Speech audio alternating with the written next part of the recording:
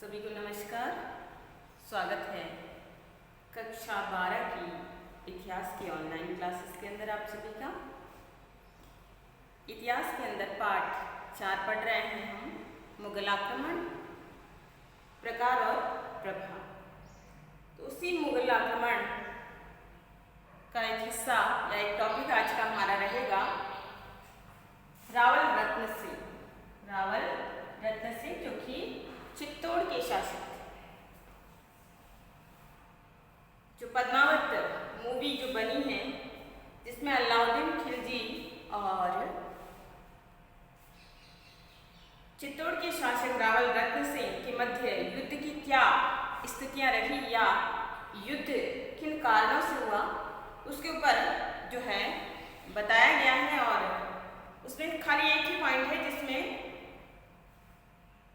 महारानी पद्मावती जो अत्यंत रूपवती, अत्यंत सौंदर्य से परिपूर्ण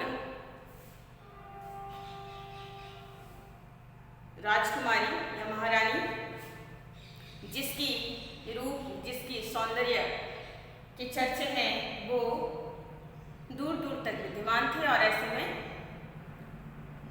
अलाउद्दीन खिलजी जो दिल्ली का शासक था उसने भी पद्मिनी को प्राप्त करने की इच्छा की, जो है उसकी भी लालसा बढ़ी और फिर उसने चित्तौड़ पर आक्रमण किया।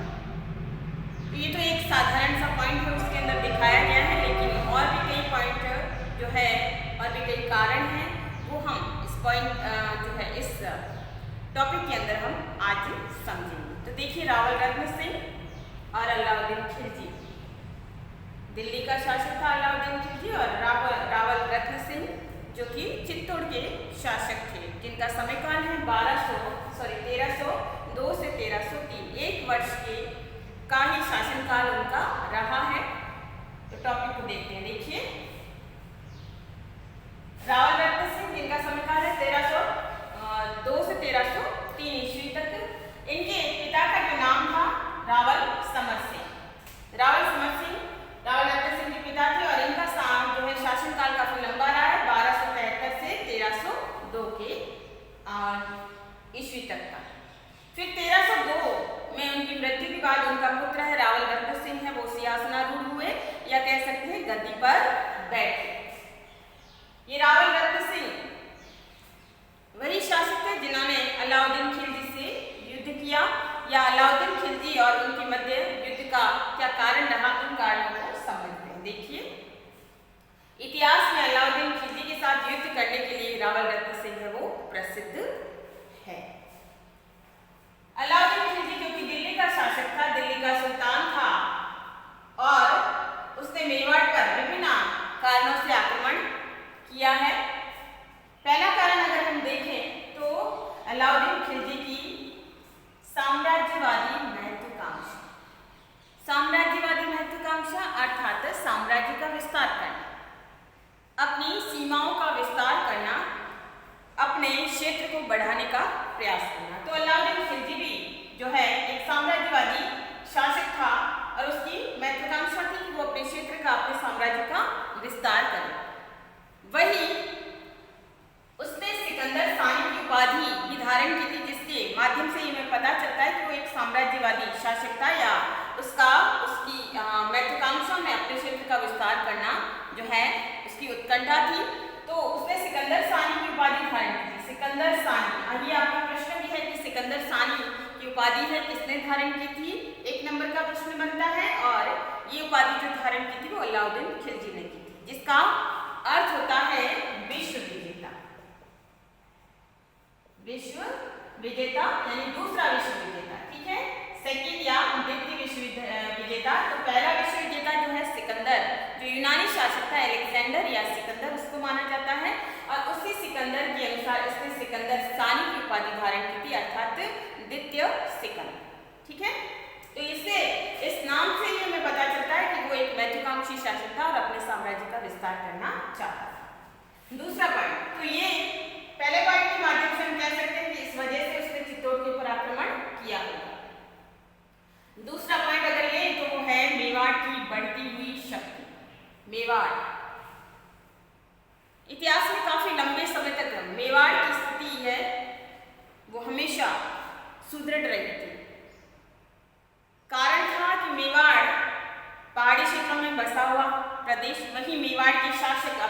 वीरता, अपने पराक्रम, अपने शौर्य के साथ जो है लड़ते रहे और उन्होंने मेवाड़ को अक्सर आजाद रखा।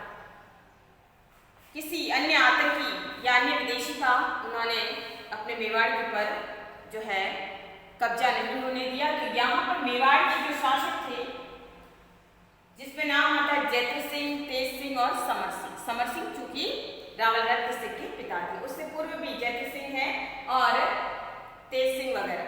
तो ये ऐसे शासक थे मेवाड़ के जिन्होंने अपने शौर्य और पराक्रम के आधार पे जो है भारतीय इतिहास में मेवाड़ की शक्ति और प्रतिष्ठा को बढ़ाया था। और ऐसे में जब अलाउद्दीन खिलजी जब सिंहासन पर बैठा तो यहाँ पर मेवाड़ शासक जो अपनी शक्ति का विस्तार कर रहे थे, अपने साम्राज्य का विस्तार कर रहे थे, अपने क्षेत्रों को बढ़ा रहे थे, तो अलाउद्दीन खिलजी को ये पसंद नहीं आया कि कोई उसके लिए चुनौती बन जाए। तो मेवाड़ की बढ़ती हुई शक्ति से भी परस्पर जो है द्वेष रखता था। वो नहीं चाहता था कि उसके समान कोई उसको चुनौती देने वाला मिले। तो इस मेवाड़ की बढ़ती हुई शक्ति के कारण भी वो परेशान था और इसी के कारण भी उसने जो है मेवाड़ के ऊपर आक्रमण किया। तो ये द्वितीय पॉइंट है, वो माना जा सकता है। ठीक है, नेक्स्ट पॉइंट हमारा आता है चित्तौड़ का भौगोलिक एवं सामरिक महत्व। भौगोलिक, भौगोलिक अर्थात चित्तौड़ पहाड़ी इलाका, काफी दुर्गम क्षेत्र माना जाता है, जिसे जाने के लिए रास्ते इतने दुर्गम है कि कोई भी आसानी से नहीं पहुंच सकता। तो अर्थात शत्रु है वहां पे आसानी से नहीं जा सकता। फिर चित्तौड़ का जो दुर्ग था वो अभेद्य दुर्ग, चित्तौड़ का दुर्ग अभेद्य दुर्ग जिसे आज तक कोई भी जीत नहीं पाया। अब क्यों नहीं जीत पाया था? देखिए, चित्तौड़ का जो दुर्ग है वो अभेद्य था, जिसे आसानी से नहीं खोदा जा सकता। और इसमें एक प्रश्न आता है कि चित्तौड़ दुर्ग का निर्माणकर्ता कौन था या चित्तौड़ दुर्ग का निर्माण किसने करवाया था? तो यहाँ पे बहुत ही महत्वपूर्ण उत्तर आता है कि चित्तौड़ दुर्ग का निर्माण करता है वो चित्रांगद मौर्य था। ठीक है, आपको याद रखना है चित्रांगद मौर्य। तो चित्तौड़ दुर्ग का जो निर्माण करता है वो चित्रांगद मौर्य का। अक्सर स्टूडेंट्स हैं, अक्सर विद्यार्थी हैं, वो कंफ्यूज हो जाते हैं, कोई महाराणा कुंभा लिख देता है, कोई महाराणा सांगा लिख देता है, कोई और कुछ लिख देता है। लेकिन नहीं, आपको ये ध्यान रखना है कि चित्तौड़ दुर्ग का जो निर्माण करता था वो चित्रांगद मौर्य था और ये एक अभेद्य दुर्ग था, बहुत ही जो है शक्तिशाली दुर्ग था, जिसे आसानी से भेदा नहीं जा सकता था। वहीं मेवाड़ की भौगोलिक स्थिति भी ऐसी थी कि शत्रु वहां पे आसानी से प्रवेश नहीं कर सकता था। तो ऐसी स्थिति में जो है अलाउद्दीन खिलजी भी चित्तौड़ के सामरिक महत्व और भौगोलिक महत्व को देखकर जो है मेवाड़ के दुर्ग को हथियाना चाहता था और मेवाड़ जैसे क्षेत्र को जीतकर अपने साम्राज्य का हिस्सा बनाना चाहता था। ये भी इसलिए चित्तौड़ पर आक्रमण करने का एक कारण बना। अंतिम कारण अगर हम लें तो वो है रानी पद्मिनी। रानी पद्मिनी अत्यंत खूबसूरत स्त्री, सुंदर, जिसकी ख्याति, जिसके चर्चे जो है दूर दूर तक थे।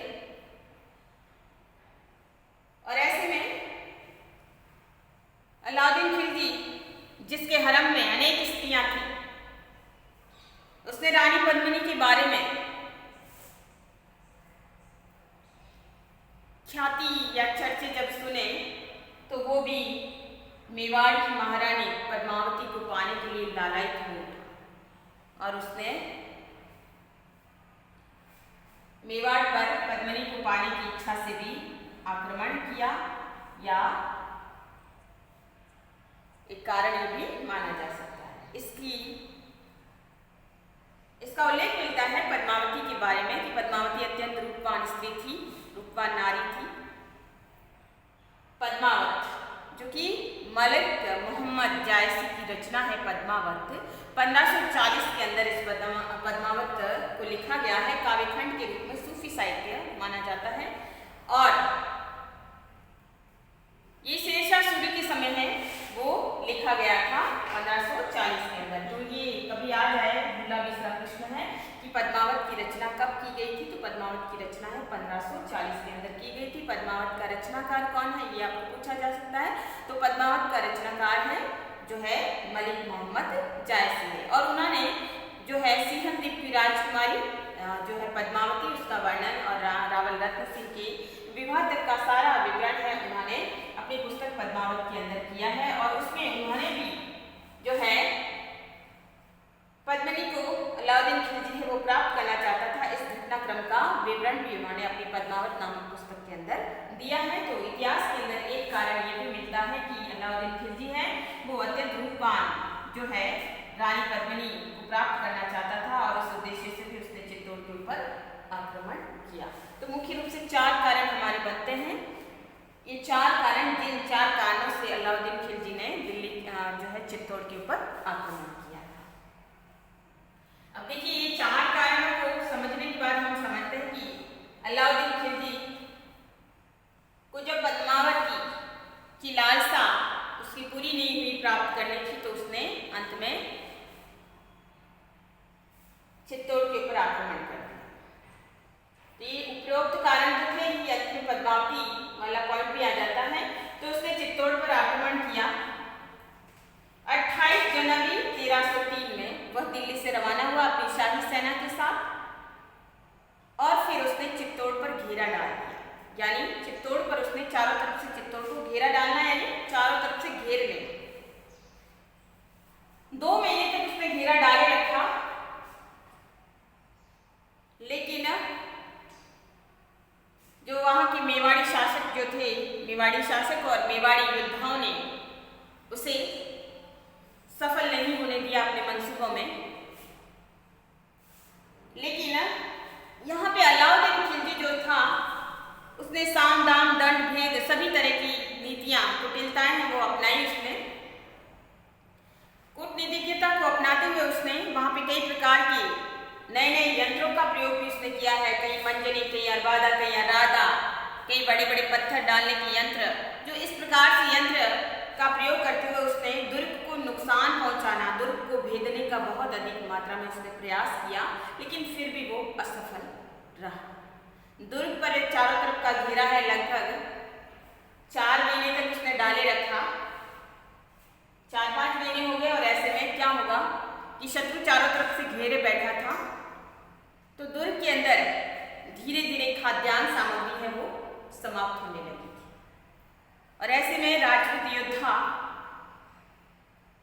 योद्धाओं ने अंत में निर्णय लिया कि इस प्रकार कब तक वो अंदर बैठे रहेंगे, आखिर तो शत्रु है वो प्रहार करेगा ही करेगा। और अब तक उन्हें अलाउद्दीन खिलजी की नीति का पता चल चुका था कि वो इसे हथियाना चाहता है, दुर्ग के ऊपर अपना आक्रमण करना चाहता है। और अंत में यहाँ पर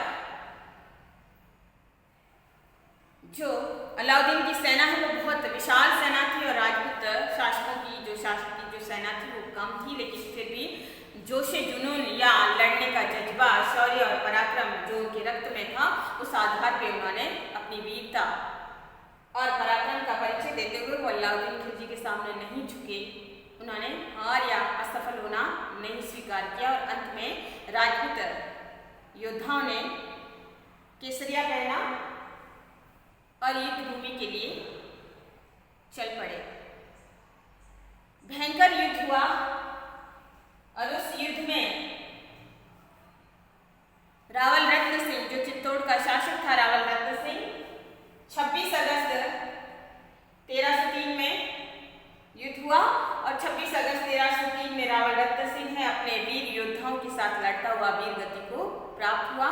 और वहीं अलाउद्दीन खिलजी ने चित्तौड़ के ऊपर आक्रमण किया है, अधिकार कर लिया 26 अगस्त 1303 में। जैसे ही वीरांगनाएं जो दुर्ग के अंदर थी, रानी पद्मावती और अन्य वीरांगनाएं स्त्रियां जो थी, उन्होंने जैसे ही असफलता या वीरगति, शासक के वीरगति होने का सूचना या समाचार मिला, तो ऐसी स्थिति में वीरांगनाओं ने शत्रु के हाथ में पड़ने से ज्यादा अपने आप के सतीत्व की रक्षा के लिए उन्होंने वहां पे एक अग्नि का विशाल कुंड बनाया चित्तौड़ दुर्ग के अंदर, और फिर सभी वीरांगनाओं ने यहाँ पर जौहर है वो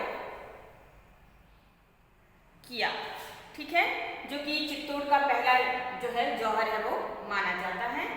तो सभी यहाँ पर फिर इस प्रकार से रानी पद्मावती ने जौहर किया अपनी जो है बाकी राजपूत वीरांगनाओं के साथ, और जो है रावण रत्न सिंह है वो युद्ध में शहीद हो गए। अन्य कई जो राजा या अन्य जो कई सामंत है वो भी उनके साथ वीरगति को प्राप्त हुए। और फिर 26 अगस्त 1303 में चित्तौड़ के ऊपर अलाउद्दीन खिलजी का अधिकार हो गया। अलाउद्दीन खिलजी ने लगभग जो है 7-8 महीनों तक घेरा डाले रखा था, लेकिन उसे जब असफलता मिली थी तो उसके अंदर बहुत अधिक क्रोध, बहुत अधिक विषाद और बढ़ गया था। और ऐसे में जब उसका अधिकार चित्तौड़ पे हो गया तो उसने कत्लेआम की आज्ञा दे दी, आदेश दे दिया कत्लेआम का। कत्लेआम यानी चित्तौड़ में जो लोग हैं उन सबको मौत के घाट उतारा गया। बहुत अधिक मात्रा में लोगों को मारा गया, उन्हें समाप्त किया गया, जिसमें अमीर खुसरो जो कि उस समय अलाउद्दीन खिलजी के इतिहासकार के रूप में ऑन स्पॉट मौजूद था, या कह सकते हैं कि अलाउद्दीन खिलजी की सेना अभियान जो हुए थे उस अभियान में ये एक ऐसा इतिहासकार था जो उसने आंखों देखा वर्णन है वो किया है। उसकी पुस्तक है खज़ाइन-उल-फुतूह, जिसे तारीख-ए-अलाई के नाम से भी जाना जाता है। उसने उस पुस्तक के अंदर वर्णन किया है कि 30,000 से अधिक बच्चों, स्त्री, पुरुषों और असहाय लोगों को मौत की घाट है वो उतार दिया गया।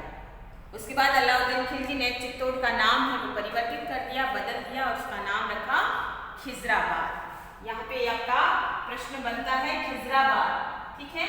अलाउद्दीन खिलजी ने चित्तौड़ का नाम बदल कर क्या रखा था? खिजराबाद है। यहाँ पे आपको ये याद रखना है, सिंगल 1 नंबर का प्रश्न आपका बनता है। या चित्तौड़ का प्राचीन नाम खिजराबाद किसका प्राचीन जो है बदला हुआ नाम था? तो चित्तौड़ का। या चित्तौड़ का बदला हुआ नाम क्या है? तो खिजराबाद, ठीक है।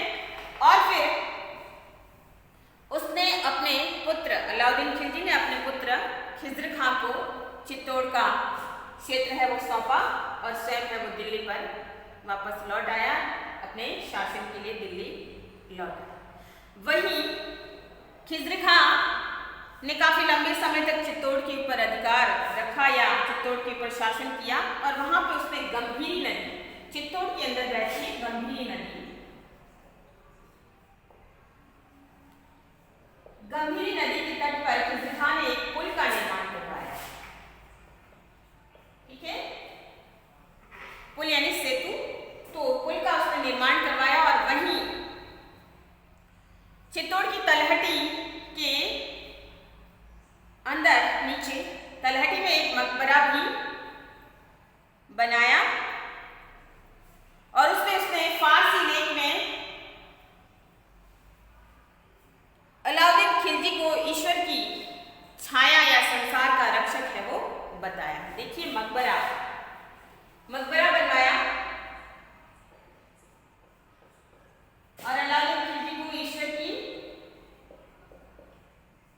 छाया अर्थात ईश्वर का रूप, ईश्वर की प्रति बताया, और वहीं संसार का रक्षक है वो बताया। यानी उसने फारसी में जो लेख लिखा है उसने अपने पिता की तारीफ है वो उसने की है। तो ये था अलाउद्दीन खिलजी ने किस प्रकार से चित्तौड़ के ऊपर अधिकार। पद्मावती या पद्मिनी की कहानी को समझते हैं कि इतिहास में पद्मिनी के बारे में क्या क्या लिखा गया है। रानी पद्मिनी की कहानी। रानी पद्मिनी अत्यंत रूपवान, अत्यंत सुंदर,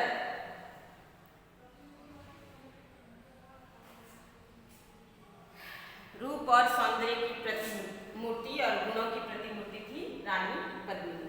उसके जन्म के बारे में समझते हैं कि ये सिंहल द्वीप की राजकुमार है। सिंहल द्वीप अर्थात श्रीलंका, प्राचीन नाम है श्रीलंका का सिंहल द्वीप। सिंहल द्वीप की राजकुमारी थी, ऐसा बताया गया है इतिहास के अंदर। इसके पिता का जो नाम था, रानी पद्मावती के पिता का नाम था राजा गंधर्व सेन, और माता का नाम था चंपावती, जो कि पटरानी थी राजा गंधर्व सेन की। एक तोता था हीरामन, जो कि रानी पद्मावती या कह सकते हैं कि गंधर्व सेन ने पाल रखा था, और उनकी कन्या थी रानी पद्मावती, जो कि बाद में रानी बनी है। उससे पहले कि अत्यंत रूपवान स्त्री थी। तोता हीरामन जो था वो अत्यंत चतुर था, बुद्धिमान था। इस तरीके से उसका पालन पोषण हुआ था कि उसे कई प्रकार की चतुरतापूर्ण बातें हैं वो अपनी भाषा में कहनी आती थी। एक बार क्या होता है कि पिंजरे से तोता हीरामन है वो उड़ जाता है और हीरामन तोता उड़ के अचानक से किसी बहेलिये के हाथ में लग जाता। बहेलिया यानी जो पक्षियों को पकड़ने वाला और फिर उन्हें आगे बेचकर जो है पैसा लेकर अपना जीवन यापन करने वाला होता है। तो बहेलिये के हाथ में हीरामन तोता है वो लग जाता है और बहेलिया उस तोते को एक ब्राह्मण को बेच देता है।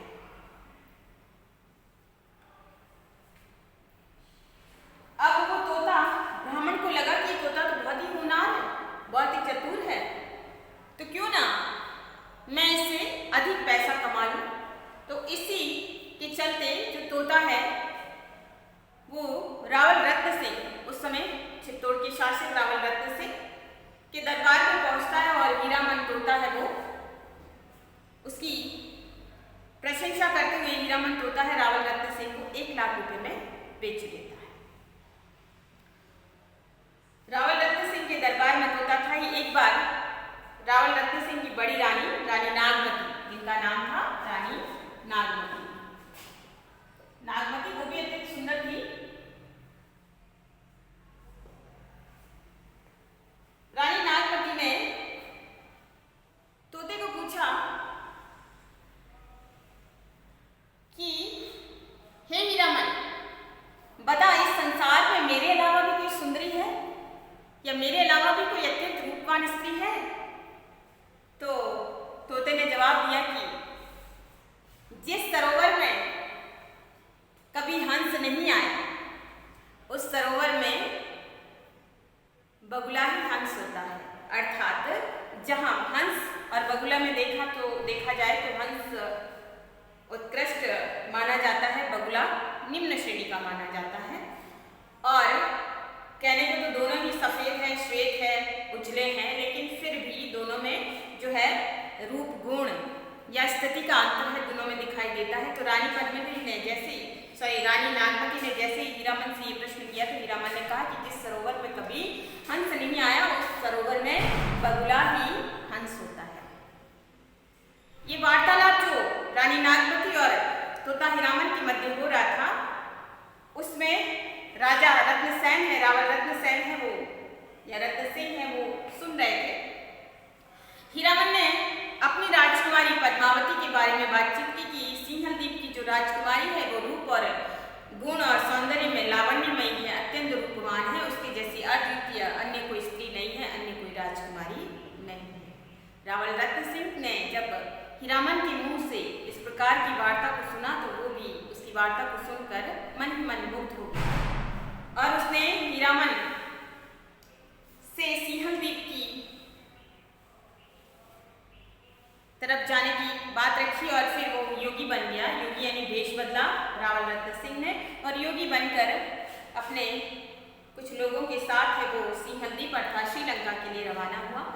विभिन्न प्रकार की आपदाओं को, कष्टों को पार करता हुआ अंत में रावल रत्न सिंह है वो श्रीलंका या सिंहलदीप पहुंचे। सिंहलदीप पहुंचे और वो एक मंदिर में ठहरे। वहां पर उन्होंने राजकुमारी पद्मिनी के बारे में विभिन्न प्रकार की खोज खबर है, जानकारी जुटाई। बसंत पंचमी का दिन आया। राजकुमारी पद्मिनी जो है पूजा करने के उद्देश्य से बन ठन कर उस मंदिर में आई और वहां रावल रत्न सिंह को देखा। रावल रत्न सिंह को देखने के पश्चात तभी हीरामन तोता बोला कि हे राजकुमारी, यही वो वर है जो तुम्हारे योग्य है, तुम्हारे अनुकूल है। और फिर दोनों में परस्पर कुछ वार्तालाप हुआ और अंत में दोनों ही आत्ममुक्त हो गए, दोनों ही प्रेमबद्ध हो गए। और फिर राजा गंधर्वसेन ने अपनी पुत्री की आसक्ति को देखकर और वहीं रावल रत्न सेन की एक दूसरे के प्रति आसक्ति को देखकर और रावल रत्न सिंह के कुल गुण क्षत्रिय धर्म इत्यादि सारा कुछ जानकारी स्थिति को समझते हुए गंधर्व सेन ने अपनी पुत्री का विवाह है वो रावल रत्न सिंह से करवा दिया। और इस प्रकार से रावल रत्न सिंह है वो गाजे बाजे के साथ शादी करके जो है राजकुमारी पद्मावती को रानी पद्मावती बनाकर अपने साथ चित्तौड़ लेकर आ गए। और उसकी ख्याति दूर दूर तक फैल गई कि रावल रत्न सिंह की जो है महारानी पद्मावती अत्यंत रूपमयी, अत्यंत लावण्यमयी, अत्यंत गुणवान है, स्त्री है। और इसकी ख्याति के चर्चे में एक बार इनके दरबार में रहने वाला एक तांत्रिक था जिसका नाम था राघव चेतन। राघव चेतन एक तांत्रिक भी था और साथ में वो एक बहुत अच्छी मुरली या एक गायक भी था, मुरली अच्छी बजाता था। तो उसने यानी वो काला जादू जानता था और उसने पद्मिनी को देखा तो या कुछ आंतरिक कारणों से रावल रत्न सिंह और राघव चेतन के मध्य है स्थितियां हैं वो खराब हो गई और रावल रत्न सिंह ने उसको अपने दरबार से निष्कासित कर दिया, दरबार से बाहर निकाल दिया, उसको अपमानित करके वहां से भेज दिया। अब राघव चेतन के मन में एक खुन्नस रह गई कि किस प्रकार रावल रत्न सिंह से अपने अपमान का बदला लिया जाए। तो उसने वो चला गया दिल्ली की ओर। दिल्ली में कौन है? अलाउद्दीन खिलजी है, ठीक है। अलाउद्दीन खिलजी है, दिल्ली का शासक है और वह यहाँ पर वो राजद्रोह करता हुआ दिल्ली पहुंच गया और वहां पर वो बांसुरी बजाने लगा। बाहर बैठा बैठा उसके सैनिकों की नजर है, अलाउद्दीन खिलजी के सैनिकों की नजर है वो राघव चेतन के ऊपर पड़ी। तो उसने ये कहा कि तुम तो बहुत ही सुंदर, बहुत ही मधुर बांसुरी बजाते हो, चलो हमारे राजा के दरबार के अंदर चलो, हमारे सुल्तान के वहां चलो, सुल्तान तुम्हें उसका उचित इनाम देगा। और ऐसे में जो सैनिक है उसको पकड़कर सुल्तान अलाउद्दीन खिलजी के दरबार में लेकर गए। अलाउद्दीन खिलजी ने राघव चेतन की बांसुरी को सुना और उसकी तारीफ की। वही राघव चेतन जो किसी कुटिलतावश आया था वो अलाउद्दीन खिलजी के दरबार में दाखिल होना चाहता था और उसने दाखिल होते ही जैसे उसकी बांसुरी की तारीफ की, उसने कहा कि मेरी बांसुरी की तारीफ तो कुछ भी नहीं, बल्कि ख्याति तो रावल रत्न सिंह की पत्नी पद्मावती की है, जो अत्यंत रूपवान है, अत्यंत सुंदरी है, अद्वितीय सुंदरी है और रूप गुण में उसके बराबर उसका सानी कोई नहीं है, उसके जैसा कोई नहीं है। और ऐसी स्थिति में अलाउद्दीन खिलजी ने के मन में उसके रूप और गुण की तारीफ जो राघव चेतन ने की थी, भ्रष्ट राघव चेतन ने जो की थी, उसके रूप और गुण को सुनकर अलाउद्दीन खिलजी की कामना है वो बढ़ गई, लालसा है वो बढ़ गई। हालांकि उसके हरम में अनेक स्त्रियां थी, लेकिन फिर भी पद्मावती को पाने की चाहत है उसके अंदर बढ़ गई और उसने फिर चित्तौड़ की तरफ में आक्रमण किया। वो उसका सैन्य जो है चित्तौड़ की तरफ आया, चित्तौड़ पर उसने घेरा डाला। उसका घेरा है लंबे समय तक रहा, लगभग 8 महीनों तक। जब उसे सफलता नहीं मिली, शासकों ने, रावल रत्न सिंह और उसके योद्धाओं ने उसे सफल नहीं होने दिया, तो अंत में अलाउद्दीन खिलजी को लगा कि स्थितियां सामान्य होने वाली नहीं है, तो उसने कुटिलता का जो है सहारा लिया और उसने ये कहा कि मुझे एक बार महारानी का प्रतिबिंब दिखा दिया जाए, तो मैं प्रतिबिंब को देखकर ही चला जाऊंगा। हालांकि उस समय किसी स्त्री का जो राजपूत स्त्री शतरानी का प्रतिबिंब देखना उचित नहीं था, लेकिन मेवाड़ की रक्षा, मेवाड़ क्षेत्र को सुरक्षित रखने के लिए महारानी पद्मिनी ने इजाजत दे दी कि वो सामने नहीं आएगी, लेकिन आईना या दर्पण में उसका प्रतिबिंब है वो दिखा दिया जाएगा। और मेवाड़ की सुरक्षा इससे जुड़ी हुई थी, पद्मिनी ने सहमति दी और फिर शीश महल बनाया गया, चारों तरफ आईने या दर्पण लगा दिए गए और पद्मिनी को साइड में रखा गया और उसका जो अक्ष, उसका जो प्रतिबिंब है वो दर्पण पे पड़ा।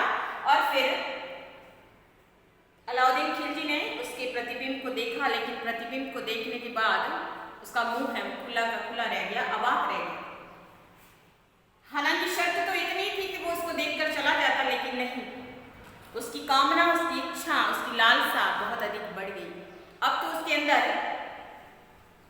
पद्मिनी को प्राप्त करने की लालसा इतनी हावी होगी कि उसने रावल रत्न सिंह को कैद कर दिया, धोखा दे दिया एक तरह से। रावल रत्न सिंह को कैद कर दिया और उसने ये कहा कि मैं तुम्हें तभी छोड़ूंगा जब तुम अपनी रानी पद्मावती को मुझे सौंपोगे या मेरे हरम में भेज दोगे। रिहाई के बदले उसने पद्मिनी की मांग की। अब पद्मिनी चूंकि रूपवान तो थी ही, अदिति सुंदरी थी, लेकिन गुण भी उसमें बहुत अधिक भरे हुए थे, बुद्धिमान थी। तो उन्होंने, रानी पद्मिनी ने अलाउद्दीन खिलजी के साथ एक पाशा खेला और उन्होंने कहा कि वो शाही हरम में आने के लिए तैयार है, लेकिन उसके साथ वो अकेली नहीं आएगी, बल्कि उसके साथ उसकी 1600 सखियां भी आएगी, जिसे भी शाही हरम के अंदर उन्हें भी रखा जाएगा या वो उसके साथ रहेगी। सुल्तान ने कहा ठीक है, मान लिया सुल्तान, और उसने अनेक पालकियां बनवाई और उसमें 1600 सुल्तान के लिए तो उसकी सखियां थी, लेकिन रानी पद्मिनी ने क्या किया, जितने भी राजपूत सामंत योद्धा थे, योग्य योद्धा, उन सबको विभिन्न प्रकार के शस्त्रों के साथ है सजाकर पालकियों में बिठाया और फिर वो दिल्ली की तरफ चल पड़ी। दिल्ली के निकट आते ही उसने समाचार भेजा कि वो शाही हरम में प्रवेश करने से पूर्व वो एक बार अपने पति के दर्शन करना चाहती है, एक बार वो रावल रत्न सिंह से मिलना चाहती है।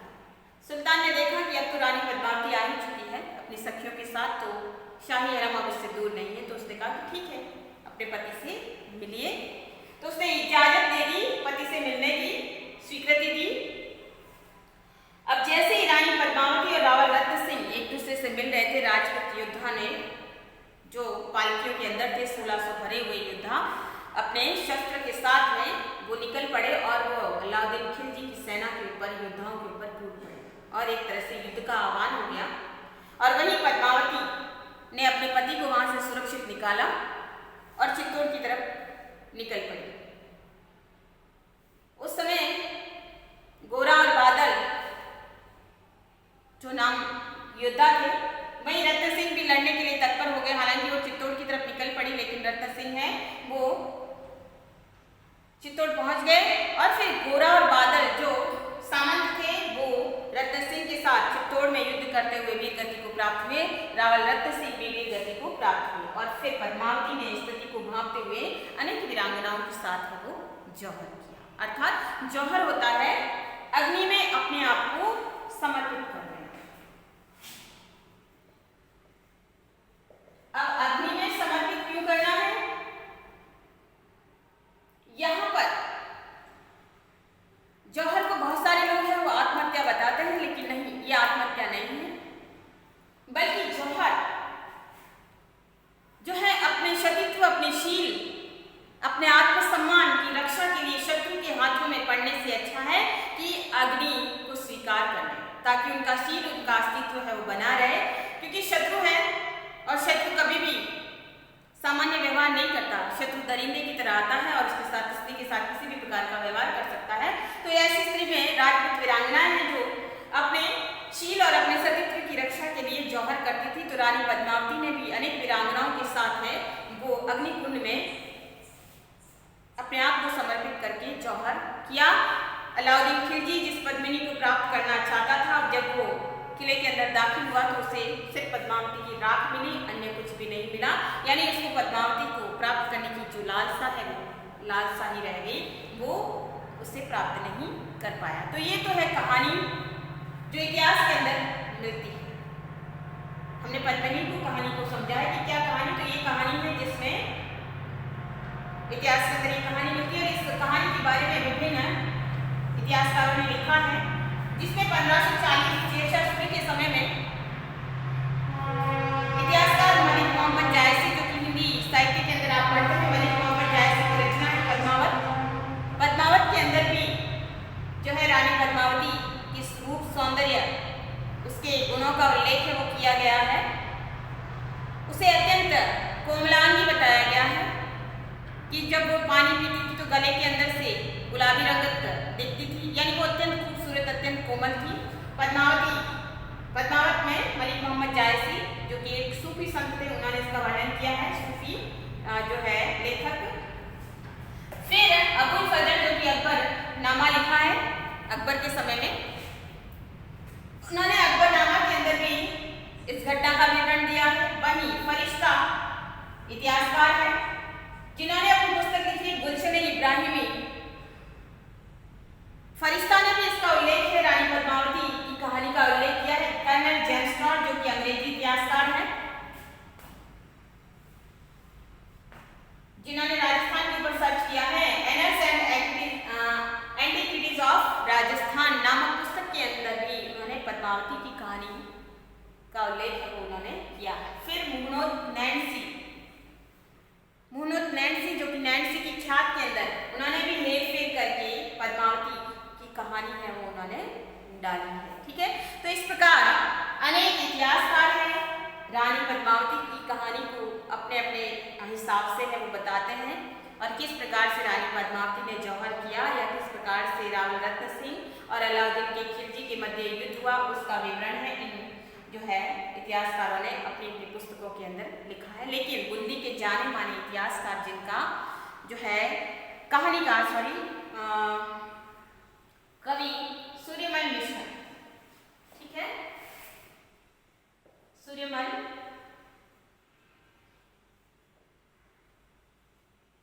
मिश्रण, वो पद्मावती की इस कहानी को ऐतिहासिक नहीं मानते हैं या उन्होंने इस कहानी की ऐतिहासिकता को स्वीकार है वो नहीं किया है। ठीक है, तो ये था हमारा आज का टॉपिक, रावल रत्न सिंह और रानी पद्मावती की कथा, साथ में अलाउद्दीन खिलजी के चित्तौड़ पर आक्रमण करने के कारण। आशा करती हूँ आपको टॉपिक समझ में आया होगा। इसी के साथ धन्यवाद।